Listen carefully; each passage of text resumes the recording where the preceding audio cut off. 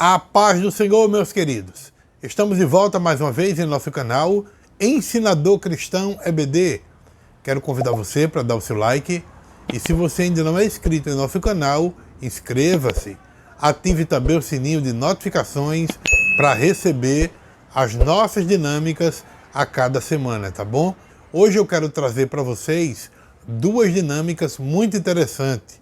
A primeira dinâmica, ela tem como objetivo analisar as tentativas da serpente em deturpar as falas de Deus diante do primeiro casal lá no livro de Gênesis. E aí nós vamos pegar estas falas da serpente e relacioná-las com as formas atuais de relativização do pecado e também promover uma reflexão crítica sobre as consequências dessas relativizações em nossas vidas. E aí o que é que você vai precisar para essa primeira dinâmica?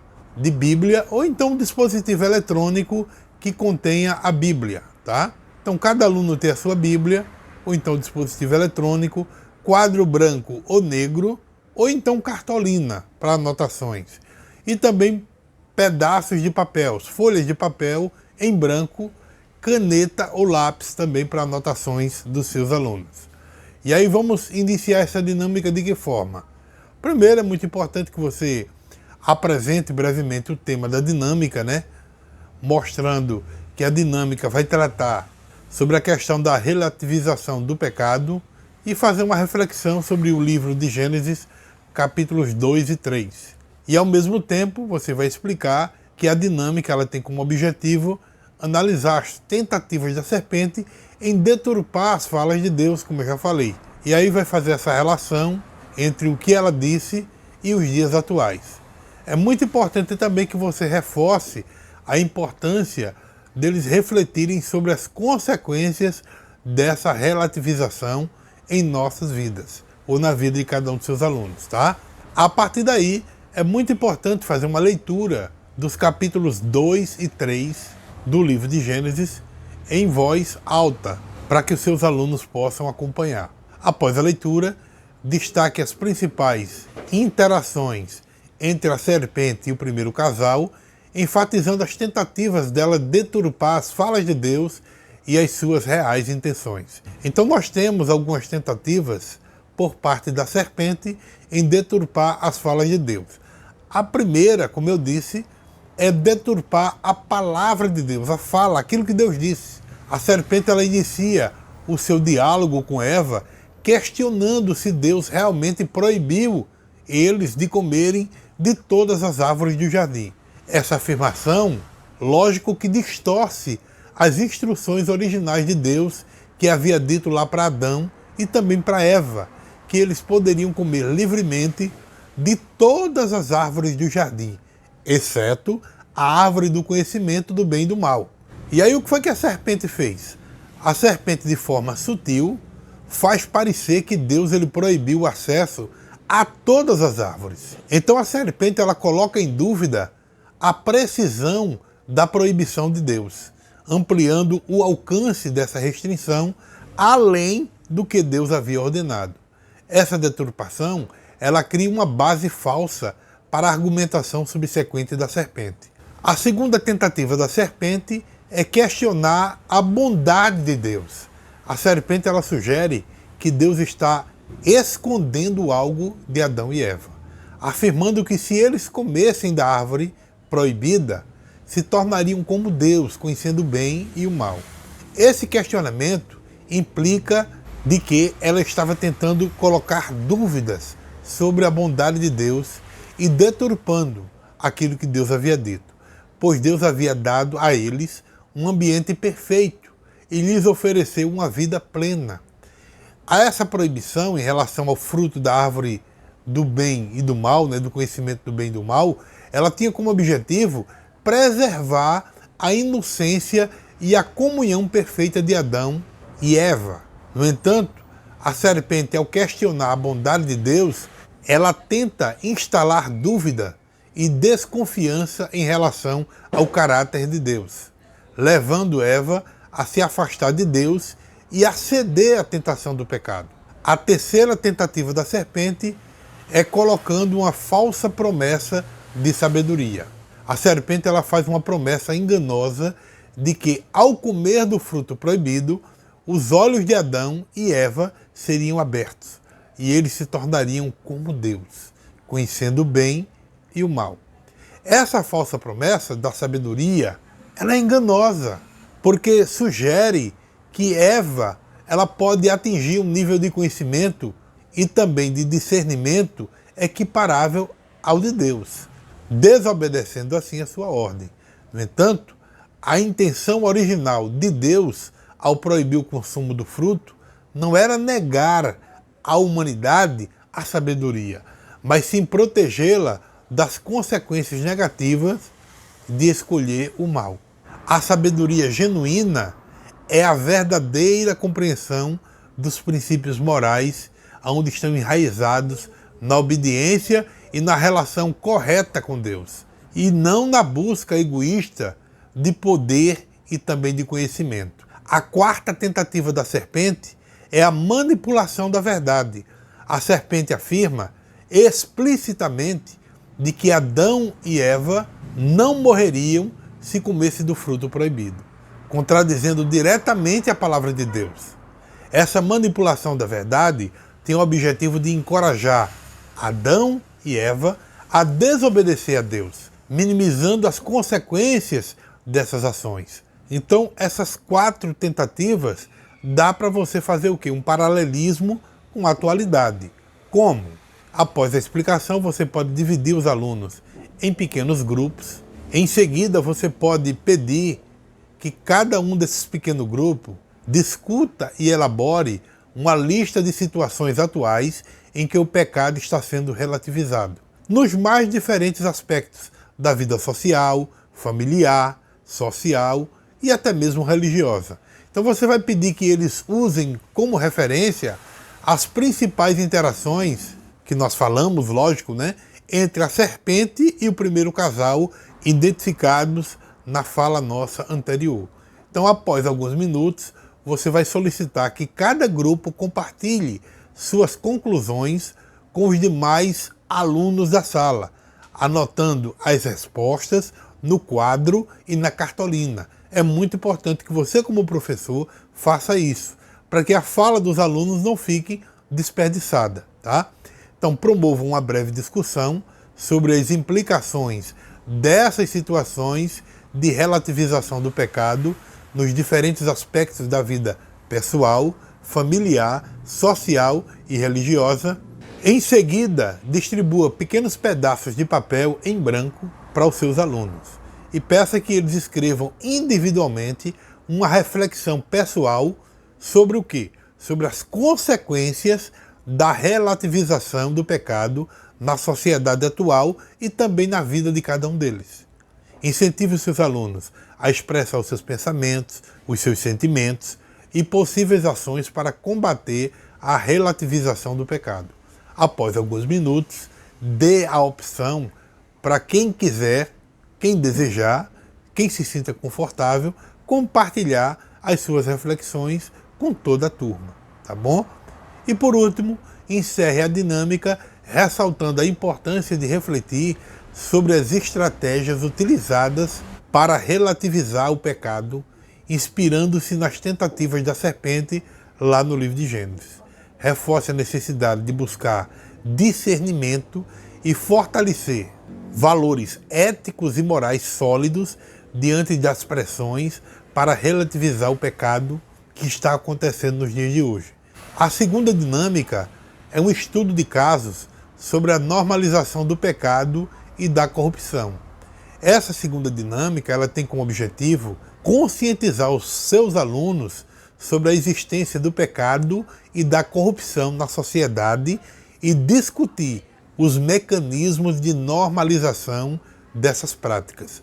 Através de um estudo de casos fictícios, os participantes eles vão ter a oportunidade de analisar os comportamentos e as consequências associadas a essa normalização do pecado e também você vai incentivar a reflexão crítica e o pensamento ético dos seus alunos. Então essa dinâmica ela vai ser dividida em 3 partes distintas. A primeira parte é a parte introdutória, Em seguida, nós vamos fazer o estudo de casos. E por último, a discussão. Então, o que é que você vai precisar para essa dinâmica? Quadro branco ou negro, né? Para anotar as ideias e as conclusões. Vai precisar também de canetas ou marcador de quadro, né? E também cópias do estudo de casos para os participantes, certo? Eu vou deixar logo abaixo na descrição do vídeo os 2 casos que eu vou citar para vocês, para que vocês possam copiar, colar e imprimir, tá bom? Então, gente, você vai iniciar essa dinâmica apresentando o tema, lógico, né? E explicando também o objetivo da dinâmica, que é discutir a normalização do pecado e da corrupção na sociedade atual. Há um espírito maligno atuando hoje no mundo, né? Denominado como espírito da Babilônia, que tenta corromper a sociedade, inclusive a igreja, a fazer aquilo que a Bíblia diz que não faça. Então, é muito importante que você incentive os seus alunos a refletirem sobre o conceito de pecado, de corrupção e como essas práticas podem ser percebidas e justificadas como normais no cotidiano do nosso dia a dia. Incentive os seus alunos a uma breve discussão para verificar o conhecimento prévio dos seus alunos sobre esse assunto. Anote as ideias-chave no quadro, seja ele branco ou negro, né? Ou num papel, certo? E aí vamos para a parte do estudo de casos. Como é que vai ser feito? Você vai dividir a sua sala em 2 grupos de discussão. E aí você vai distribuir para cada grupo a cópia dos estudos de caso para os participantes. Certifique-se de que todos tenham acesso ao material. Explique que o estudo de casos é uma situação fictícia que representa a normalização do pecado e da corrupção na sociedade em que vivemos. Primeiro caso a ser estudado, qual é? Nesse estudo de caso, você vai abordar a corrupção na área religiosa, mais especificamente em uma instituição religiosa de renome. Não vamos aqui citar nome de ninguém, já que é um estudo de caso fictício. Então vai ser explorado o quê? Vai ser explorado o exemplo de um líder religioso carismático que ao longo dos anos ele acumulou riquezas pessoais às custas dos fiéis. Ele usou a sua influência para manipular e enganar os seguidores, pedindo doações generosas sob o pretexto de ajudar os necessitados, enquanto desviava esses recursos para sua própria conta bancária.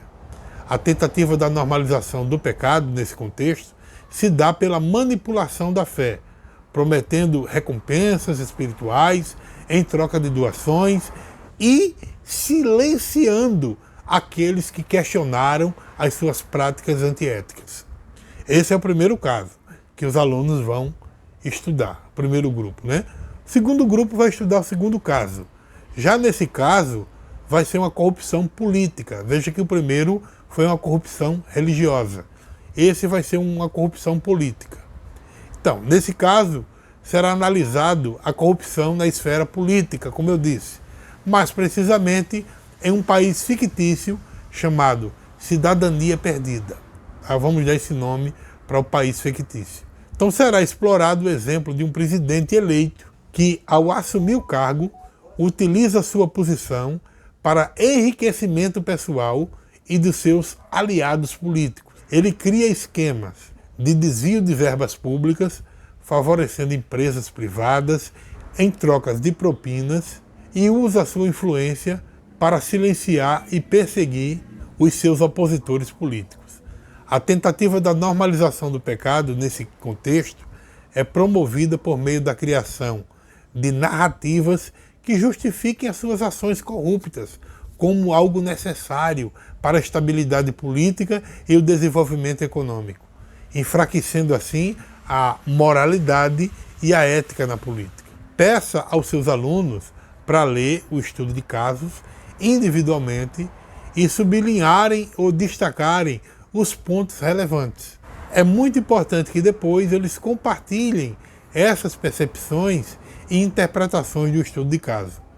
Incentive os seus alunos a uma discussão entre os membros do grupo, encoraje eles a identificar os comportamentos problemáticos e as possíveis consequências da normalização do pecado.